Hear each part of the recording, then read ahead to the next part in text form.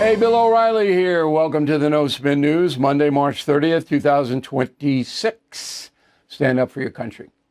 So, two major stories in play, no kings and the action in Iran. Both are not being reported accurately. No surprise. So let's do that. We'll begin with kings. That is the subject of this evening's Talking Points memo. Okay. So an estimated 3,300 separate protests around the USA on Saturday. We don't have the data because it only comes from the No Kings Coalition, and they're going to put out whatever they want. So just take this with skepticism. Fox is reporting that about 500 groups with an estimated $3 billion in combined annual revenues behind the coordinated No Kings protests. I think that's about right. Some of the groups are Indivisible. That's based in St. Paul, Minnesota, which was the nexus of the No Kings protests.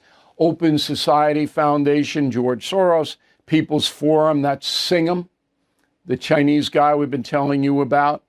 The Party for Socialism and Liberation in D.C., Freedom Road Socialist Organization, Grand Rapids, Michigan, Code Pink. So they're all far, far left groups. This isn't an organic mainstream protest that we saw in Vietnam, for example.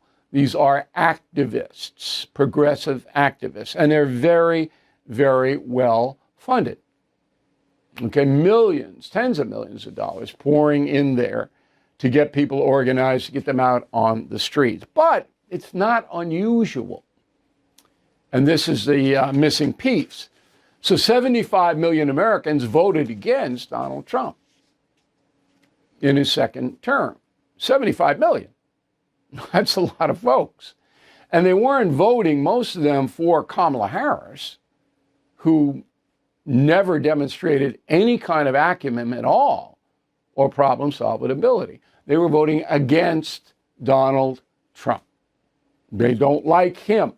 So to get a few million people out on the street when 75 million didn't want him in the first place, that's not a big deal. But again, it was well coordinated, and the pictures were there, so television picks it up. Now, there was actual glee on the part of the left-wing media. Roll the tape. Organizers say at least 8 million people showed up. And then on the right side of your screen, you have CPAC. Womp womp. Notice a difference? Which crowd do you think Trump wishes he were a part of? Okay, lady, I mean, again, why anybody would watch this kind of propaganda, I have no idea. Not many do. But I'm just stunned anybody does. So my question is, all right, you got no kings, and I don't object to that. I think dissent is good. You don't like Donald Trump, okay. You want to show your displeasure, fine. That's what the United States is built upon. Protest. As long as you do it peacefully, and most of them were peaceful, except for the hardcore communists in LA, Portland, New York City.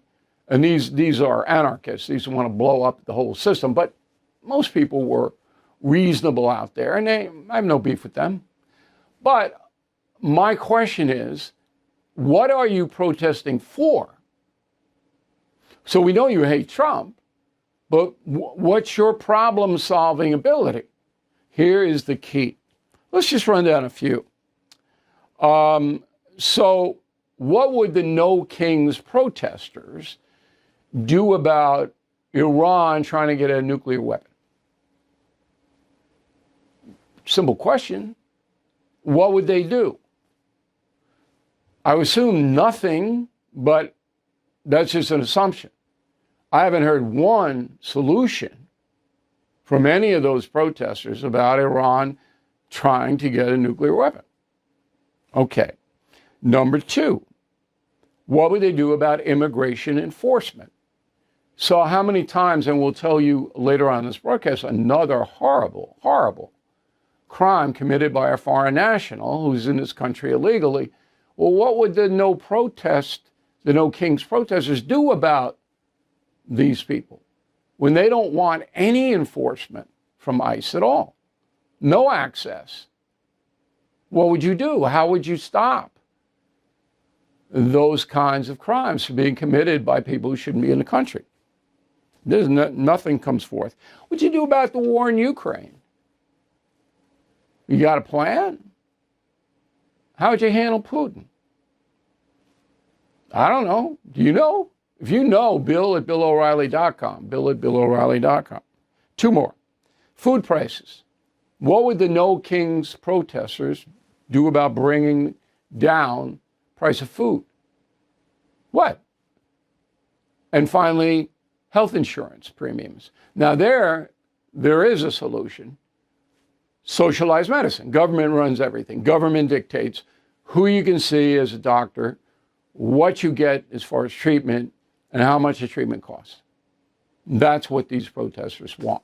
So 1 out of 5, they have a solution to.